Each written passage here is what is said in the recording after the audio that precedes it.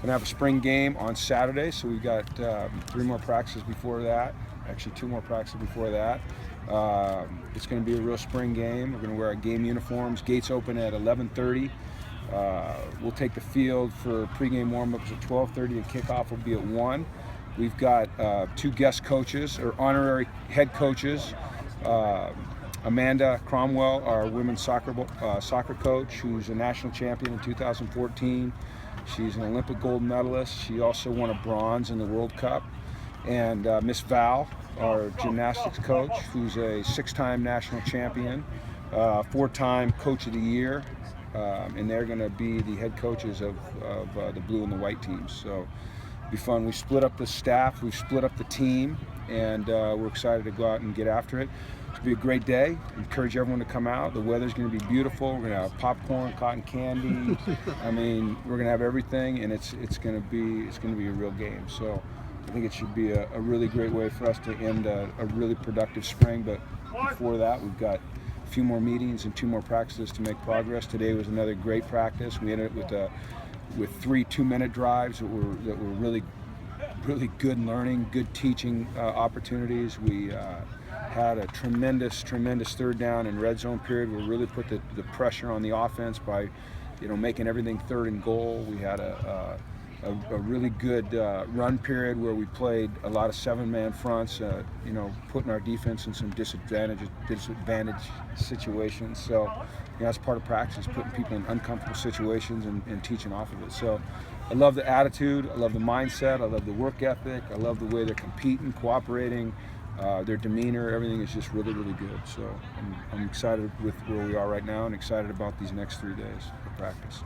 How did the process of splitting that team work? We sat there and as a staff and just said, put this guy on that team, that guy on that team. It was kind of all there was to it. When you were done, did it feel like you had 2 kind of evenly matched teams? Yeah, I think so. Yeah, and that's really what you want is you don't want it to, like I said last week, I don't want to go out there and just have it be, a mismatch. So, we did a good job as a staff, offensively, defensively, and all of us together, just, making it a situation we can really evaluate guys. You talked about your different tempos. Will it be full live throttle? Or? If it's a game, baby. It's live. Now, special teams plays will be live to the ball and then tag off. You very rarely in any spring game see special teams plays live. They're dangerous situations because you're talking about open field collisions that are unnecessary. So, but all the offense and defense will be live. The quarterbacks. We were 100% live on this last Saturday. We went 100% live in all of our team situations last Saturday. We had 96 plays and 100% of them were live. So we got a lot of work here. How does the quarterbacks work? Quarterbacks are live. Oh, okay. Even Josh? Quarterbacks are live. Whose idea was the honorary coaches thing? How'd that come about? Oh, we've done it before. Oh, okay. How did you decide on those coaches particularly? National champs. We want female national champs that have shown the ability to inspire their teams and their players, the young ladies that have played for them. I think if there's so many amazing coaches on this campus, but those are just 2 that, first of all, they're available, and second of all, they're national champs, and third of all, they've just got great personalities, and I think our players will love being around them. Is there anybody who's going to be held out because of injuries? That you know just if they're injured. Okay. Holiday and Fisher. Holiday, yes. Fisher, we'll see. We'll see where he is on Saturday. What was his injury? Who's that? Fisher. He had his elbow. Okay. You get to head to Chicago or to Philly for the draft. What's that going to be like for you to be able to see Tack?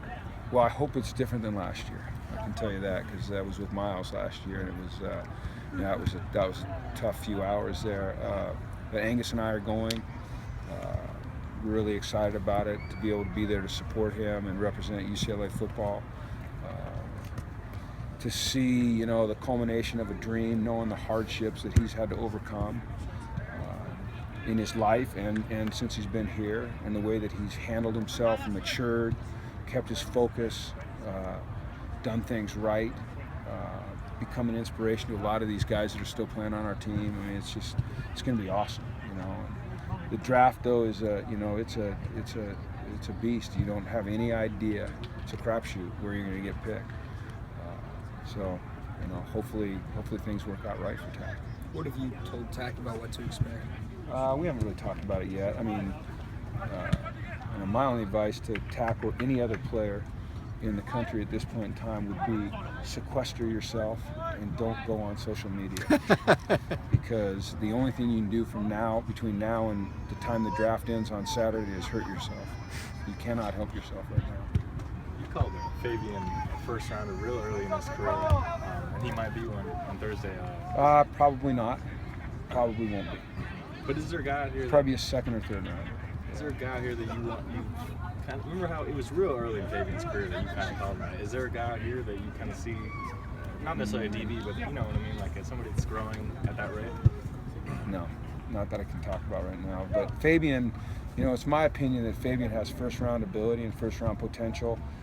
I've talked to many general managers about him and head coaches. As a matter of fact, today too. Getting injured maybe hurt him a little bit, but not tremendously.